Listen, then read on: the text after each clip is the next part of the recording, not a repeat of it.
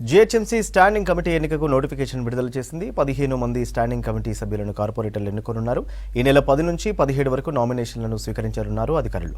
25న GHMC head ఆఫీస్లో polling జరగనుంది. GHMC కౌన్సిల్లో పార్టీల బలాబలాలు మారడంతో ఈసారి స్టాండింగ్ కమిటీ ఎన్నిక ఆసక్తిగా మారనుంది.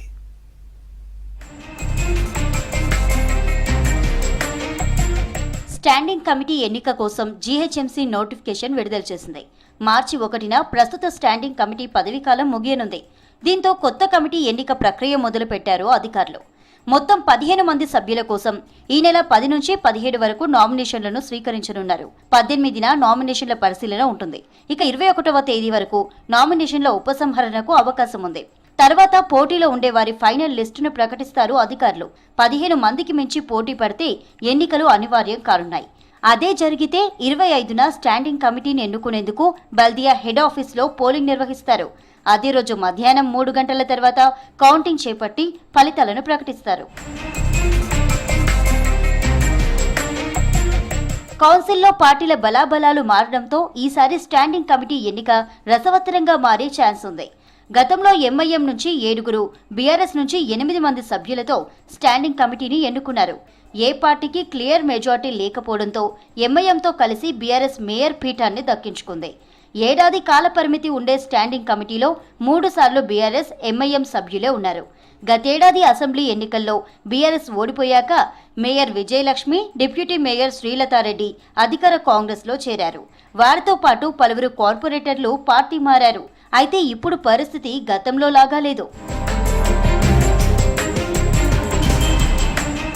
ఇటీవల జరిగిన కౌన్సిల్ సమావేశంలో బీఆర్ఎస్ సభ్యులను మేయర్ సభ నుంచి బయటకు పంపించారు. దీంతో వారంతా మేయర్ చర్యలపై కోపంగా ఉన్నారు. బీఆర్ఎస్ వర్కింగ్ ప్రెసిడెంట్ కేటీఆర్ కూడా మేయర్ చర్యలను తప్పుబట్టారు. మేయర్ తీరు మారకుంటే అవిశ్వాసం పెట్టేందుకు వెనుకాడబోమని బీఆర్ఎస్ కార్పొరేటర్లు ప్రకటించారు. ప్రస్తుత పరిణామాలు చూస్తుంటే జీహెచ్ఎంసీ చరిత్రలో ఎన్నడూ జరగని ఎన్నికలు అనివార్యమయ్యేలా ఉన్నాయి. 15 మంది సభ్యుల ఏకగ్రీవ ఎన్నిక కష్టంగానే ఉంది. అన్ని పార్టీలు తమ ప్రాతినిధ్యం కోసం పోటీ పడేలా ఉన్నాయి. గ్రేటర్లో మొత్తం 150 మంది కార్పొరేటర్లున్నారు. వీరిలో 2 చనిపోగా 2 ఎమ్మెల్యేలుగా గెలుపొందారు. దీంతో 146 మంది కార్పొరేటర్లున్నారు. వీరిలో 39 మంది బీజేపీ, 42 మంది బీఆర్ఎస్, 24 మంది కాంగ్రెస్, 41 మంది ఎంఐఎం కార్పొరేటర్లున్నారు. 15 మందితో కూడిన స్టాండింగ్ కమిటీని ఎన్నుకోవాలంటే 74 మంది కార్పొరేటర్లు ఏకపక్షంగా ఉండాలి. ఒక సభ్యుడు 15 మందికి ఓటు వేసే అవకాశం ఉంది.